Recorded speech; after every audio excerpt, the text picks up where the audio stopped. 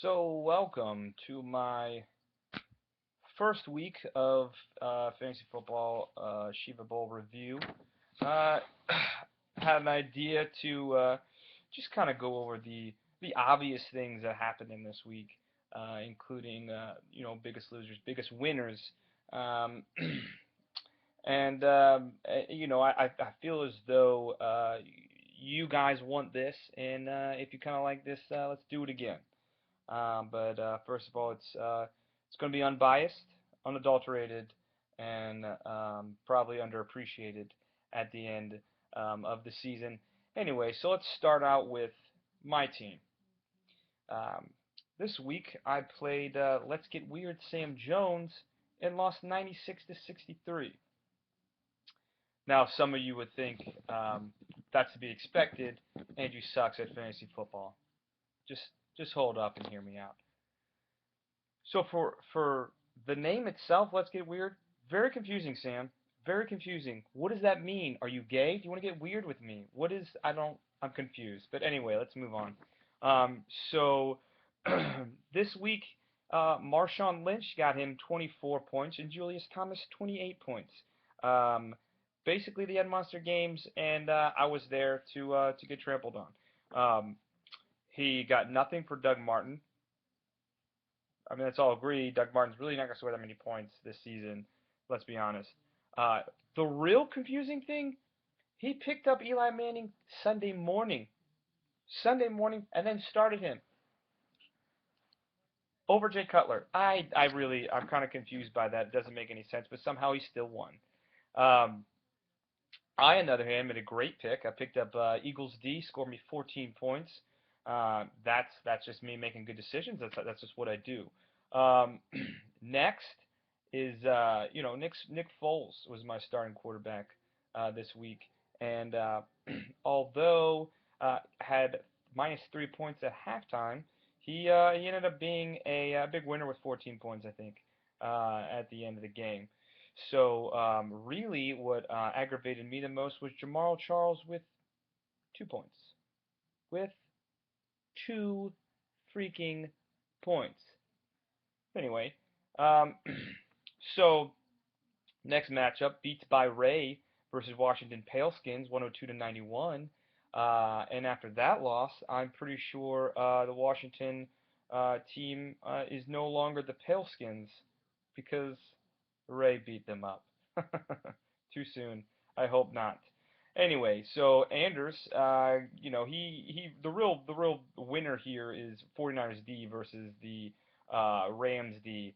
49ers D with four turnovers, one for a touchdown, and Ian's 0 points from the Rams D. I think overall kind of made the difference in this week's matchup. Um, Brandon Cooks, we all, kind of had hopes for him as Saints fans, and he's going to continue to score big points for Ryan, I think, this season. Ian's number one scorer is Cordero Patterson. Anyway, so next matchup, Team Black Sheep versus Forever Uncleans. 70 to 120. Forever Uncleans getting a win here. Dupre with a pretty good looking team. Naoki, wow, if it wasn't for Mr. Calvin Johnson, you would look a little embarrassed. So he had a 28-point game and showed why he is called Megatron. Tony Romo, his starting quarterback there, got 9 points. We'll probably see some bigger games from that guy for the rest of the season. So we'll see what happens with Team Black Sheep for the future. I mean, Dupre, Andrew Luck, Le'Veon Bell, Vernon Davis, all had great games. And team looks pretty good.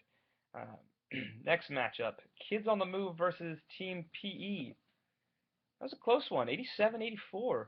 Josh Joy kind of making a win out of a very tight matchup there.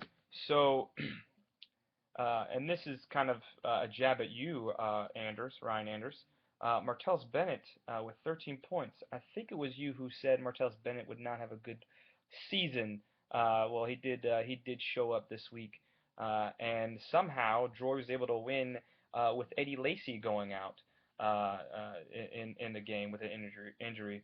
Um, Josh Yoho, buddy, no Sean Marino. That was kind of your number one scorer, kind of your saving grace there at the flex position. Good luck. Good luck next week. Good luck next week. All right. Southern Comfort versus Turn Down for What? That's going to be 75 to 81. Southern Comfort probably not feeling very comfortable right now. Um, so if Alex hadn't played the defense, he would have won the matchup with the Saints getting minus 7D,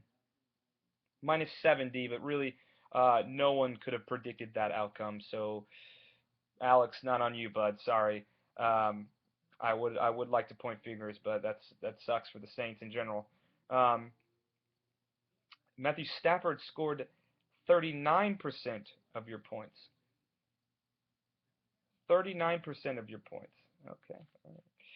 Um, Protege lucked out here. Got a win even with Larry Fitzgerald getting only 2 points. 2 points. Um,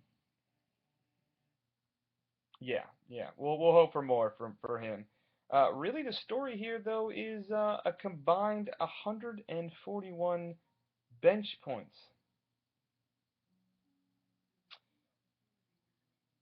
Those numbers are actually a little misleading because uh, for Mr. Alex, Chris Ivory 16 points on the bench, Chris Palmer with 30 points on Wynn's bench. You know what you gonna do? Nevertheless, 141 combined bench points. That's crazy. Uh, Last matchup here, Graham of Whedon Gordon's Blunt, its original name, versus Team Anders, 74 to 54. Sorry, Christian, that's a loss in your corner there. Um,